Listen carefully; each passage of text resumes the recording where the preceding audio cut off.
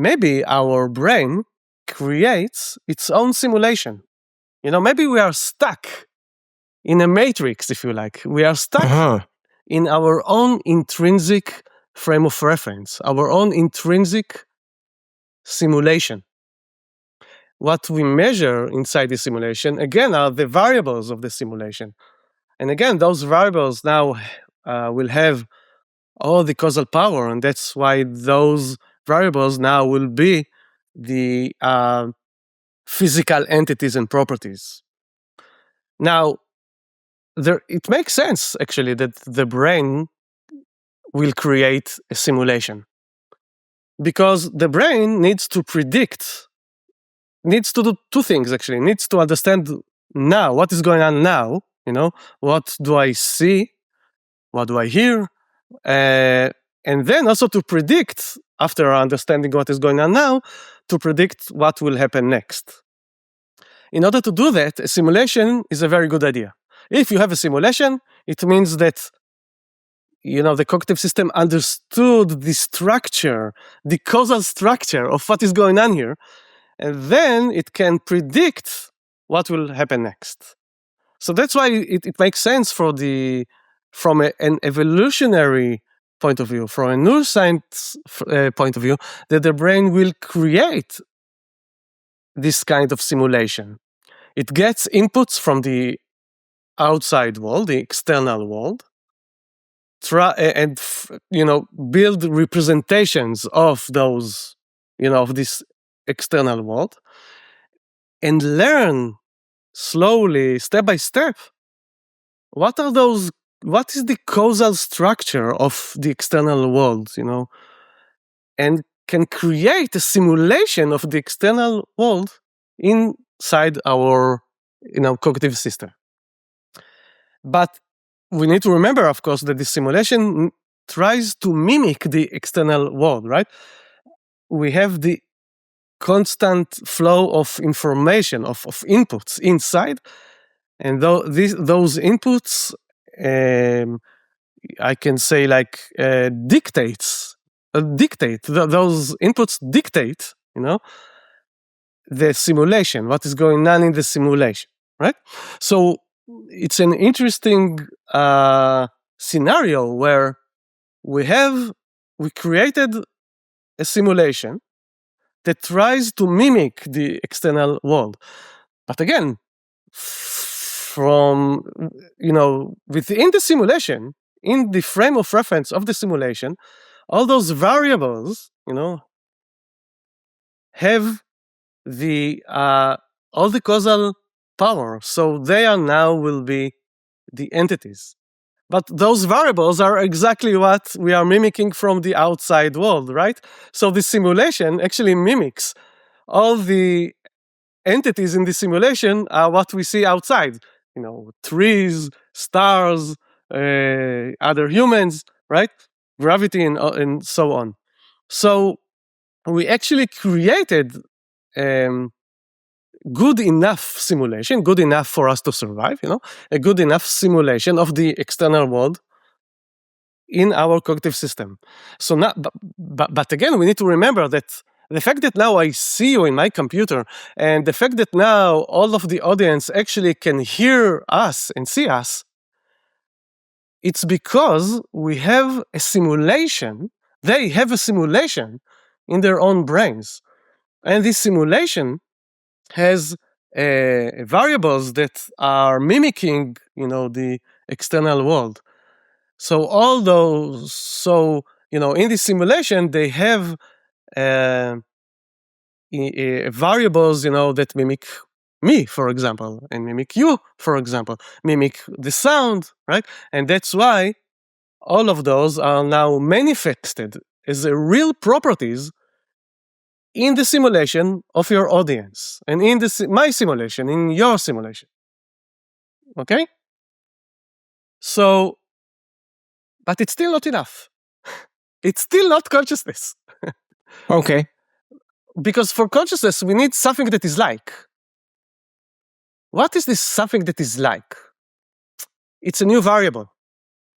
It's variable that each of us has, in our simulation. This variable comes from the question of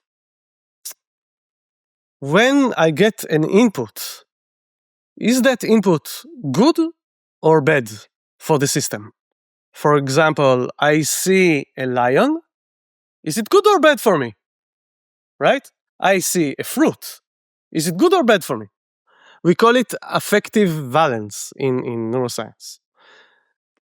No, okay, so this is it's like a spectrum of answers, like from 1 to 10, you can think about it. 1, very bad, 10, very good, right? In like a spectrum. And so this is another variable that we have now in the simulation.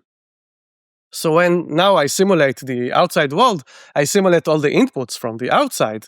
That's why I can create, the outside world intrinsically inside the simulation. But now I have another variable that is not out there. Variable that just, my cognitive system uses to understand if the inputs from the outside are they good or bad for me. Now, so for example, when I see an apple, this apple now will have all the properties that are coming from the inputs from the outside, like the frequency of it, the shape. But it will have another property, the property of is it good or bad for me? Okay.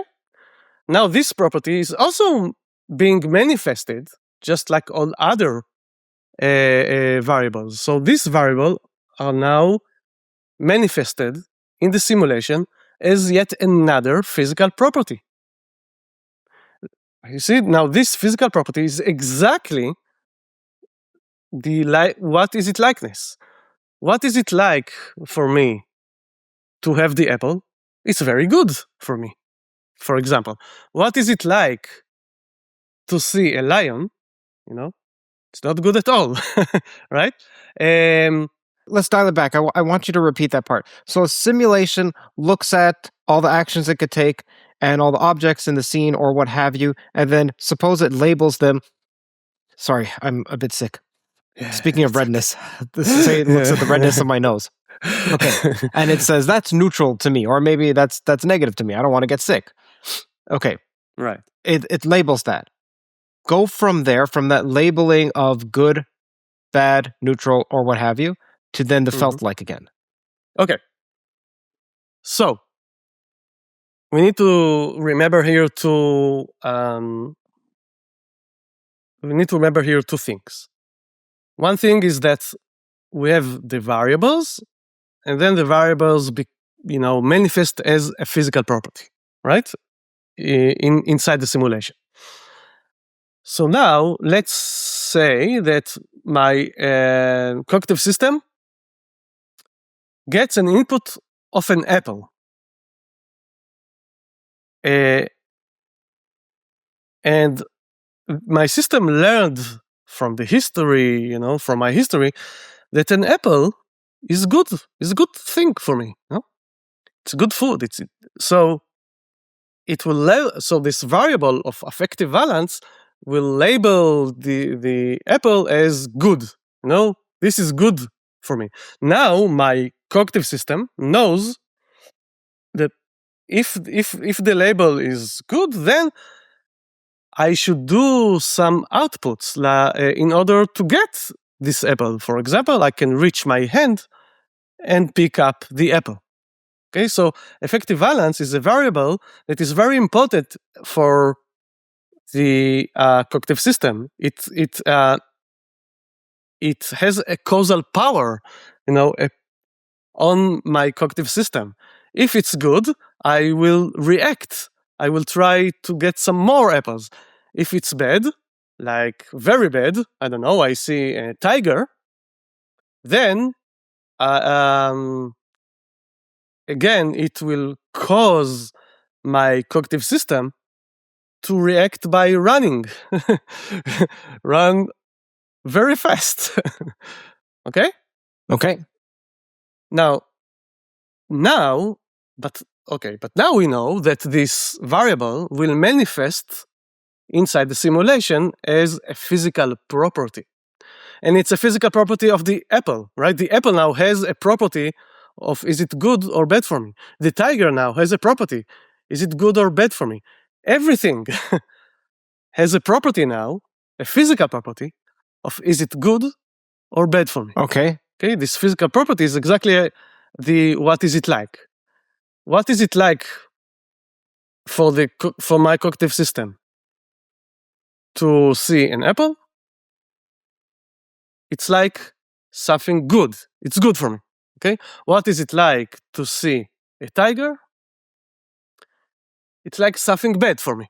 Okay, this is how we start. Like we start from something very, very basic. But now, notice, or you know what? Another example.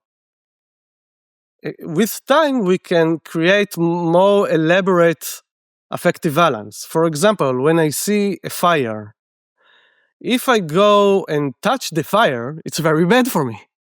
So affective valence will say, oh, bad, right? But then I'm a bit cold, so when I go near the fire, all of a sudden it's good for me, right? So I have here this spectrum or more complex affective valence. It's bad if I touch it, it's good if I near it, and so on. Okay, so I have a complex, again, causal structure here of, how good is it for me? How bad is it for me? I just have a quick question. So Yeah. you pointed out something interesting. Most of the time people will say tiger, bad, and then apple, good. But you just said some of it's contextual. Even the tiger itself is bad when it's biting you, but then Yes. it's good if you're behind it and you're just going to hit it with a spear because then you get to eat. Exactly. Same with the fire. The fire is bad if you touch it and keep your hand there. The fire is good if you're close to it for warmth. It could even be good if you're touching it to cauterize something. So Exactly. I imagine that phenomenal experience, which we haven't yet gotten to, but I imagine that phenomenal experience is far richer than simply a single good, bad axis. Right. So are you just right now saying that the beginnings of phenomenal experience are where the seeds of good and bad lie? Yes. Just this unidimensional first. Exactly.